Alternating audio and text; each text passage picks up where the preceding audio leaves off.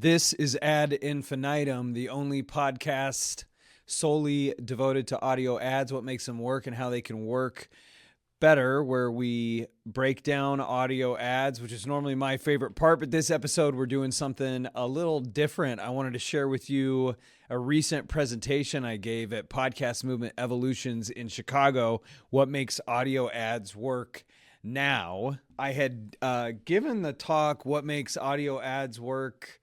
It was a similar title at Podcast Movement in DC, and I used these NBC Carol chimes, so I wanted to show you those. Just because they're fun. It's the power of a sonic brand right there. But that particular sonic brand is getting old. It's kind of sad. It's cool to have these chimes. They released these to be a dinner chime so that you could play them and summon your family to dinner, which is pretty cool. Let's hear that one more time.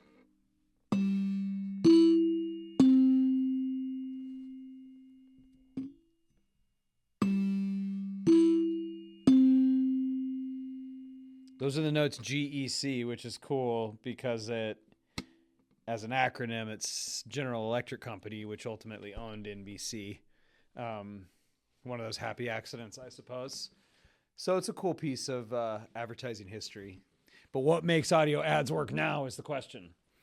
And that's what I set out to talk about at Podcast Movement Evolutions. I'm Stu Redwine, Executive Creative Director at Oxford Road and Veritone 1, where I've been making the ads work in audio for quite some time now. And as you can see, we've got a lot of ads that we put out there for a lot of different recognizable names. And like my dear friend Mark Searsdorf, who taught me everything about production, said many years ago, maybe one day we'll back into being good at this, one mistake at a time. That's how it feels sometimes. This was me at the presentation when I gave this in Chicago, and I had gone out and I got this ore because I wanted to talk about how you have to give certain things up and committing to my craft. And it was wild because I ended up getting this cab ride from this guy Basim. And I ended up talking to him about Odysseus's winnowing ore, which is what this ore is all about. Is the idea is that when Odysseus was done with all of his adventures, he was made the deal with the gods to go inland. And when someone mistook the ore for a winnowing fan, he was supposed to burn it and commit to his wife and his craft there. And like, I went through this similar process, and I'm telling this guy Basim that because he's like, where are we going? And had to go to a couple different stores, ended up getting this ore. And he told me that weekend, I didn't realize this was, I had no idea. It was Eid al-Adha, which is an Islam holiday celebrating Abraham's willing sacrifice of his son Isaac, and then God provides this replacement for that sacrifice. And it was the same idea of like giving something up, and it's like when we're willing to give it up, then it can come back. And that relates to the state of audio ads now. It really does. What makes audio ads work now is video.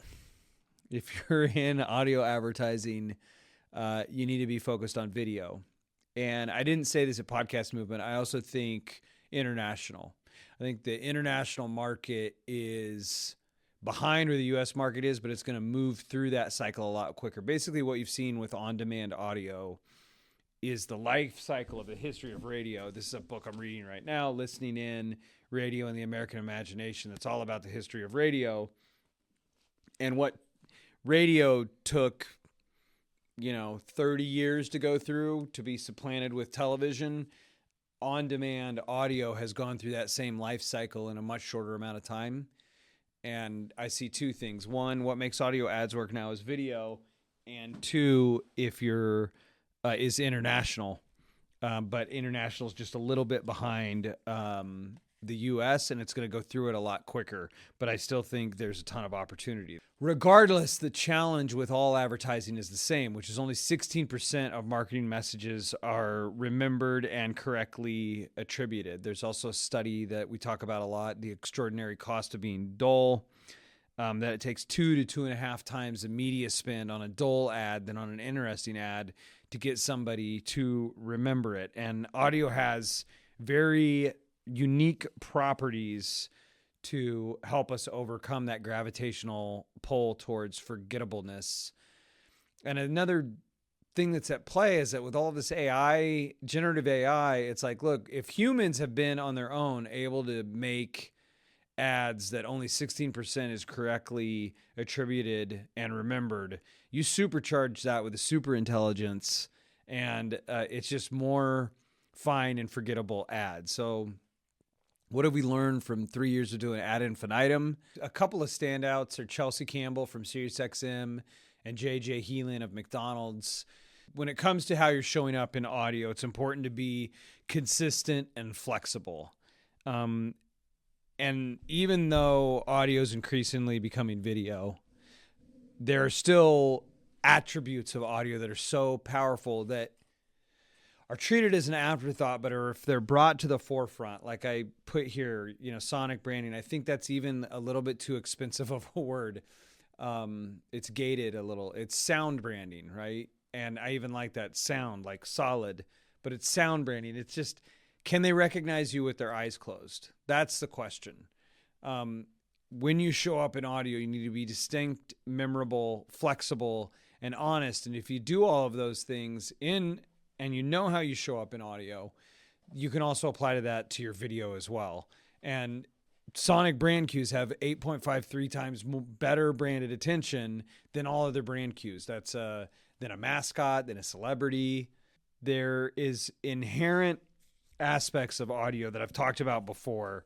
It's processed in the same exact part of the brain as emotion and memory. It's our fastest sense. That's always wild to me, that it's faster than even touch. Touch is slower than sound. If you think about it in track and field in the Olympics, they indicate that with a sound because of how quick it is. It's always on. It's 360 degrees. It's incredibly powerful to decide how you're going to show up in sound. And then that applies across everything. All customer touch points, shows up everywhere. Joel Beckerman, the founder of Made Music Studio, who we introduced to ZocDoc, and they worked with them in developing their sonic brand. He talks about how we're building invisible Lamborghinis, and that's super important to take it so seriously because of how incredibly powerful it is. And with great power comes great responsibility, right? And I think a lot of fear. The idea that people are more afraid of speaking in public than dying, singing in public, right, is equally scary. I think the same is true for brands. I know it is. They're afraid to use their voice. And you've got to have courage to use your voice. You've got to have courage to sing. There's so much potential. You have the power to make an invisible Lamborghini if you choose to wield it. And you want to design a sonic identity system that is consistent but also flexible. That is the key. And you unlock incredible parts of the human brain, right? Broca's area and Wernicke's area are the areas where we hear something and then we predict what is going to be heard next, in speech in particular. We could go through all the brain science on everything that's happening in the hippocampus and the amygdala and Broca's area and Wernicke's area. The point is, you've felt it yourself. Sound has this incredible ability to create memories, access memories, and generate emotions in us, and brain scans show how it lights us up. So, okay, so great. So that's the power that we could use. So what? How do we get there? There's nothing so powerful as an insight into human nature. And what is that insight into human nature? How do we get there? At Auction Road, it's an application of strategy, structure, and heart. And when I think of that, strategy is understanding the question. It's like Socrates said, understanding the question is half the answer. The structure at Auction Road is Audiolytics. There's 9 key components, 71 subcomponents that we apply to make an audio message work, and it works if you work it. And then the heart is really the insight. That was that quote, there's nothing so powerful as an insight into human nature. And that's from Bill Bernbach, who from Advertising Lore did the Think Small campaign for VW, for one, is one that comes to mind, and radically improved Volkswagen sales. the outcome of that. That's the critical component, is make sure you understand the question, have a structure that you know is going to be your North Star to get you there based on an insight in human nature. And when we apply that at Oxford Road across the board, just the structure piece alone, we see a 15 to 30% improvement right there. And one last piece of history. I love advertising history and radio history. George Carlin's 7 Dirty Words. The government had to come in and regulate what could be heard on air in 1972, 1973. Famously, George Carlin had 7 dirty words. If I could boil it all down to the most important thing with these forces that are at work, right? Audio going to video, generative AI. It's not about 7 dirty words. It's about 7 nerdy words. And those 7 nerdy words are, I use this and you should too. Those are the most important words in audio advertising. The trust that the hosts have built with their audience is a space that we're renting when we partner with brands. And they're doing that thing that only they can do. The I use this and you should too, 4 to 5 times the performance of not giving that personal endorsement. There is such weight to that. It's about making the dollars you're investing work harder. And by marrying strategy, understanding the question, having a structure that you know that you can apply, and having the heart component right, what is that insight into human nature of why they're doing what they're doing? Marrying all those together, having a sonic identity that's defined, that is distinct but can also be flexible, that will supercharge audio. And as audio becomes video, a rose by any other name smells as sweet. It'll supercharge all of your efforts to partner with creators, partner with hosts, to go, I use this and you should too.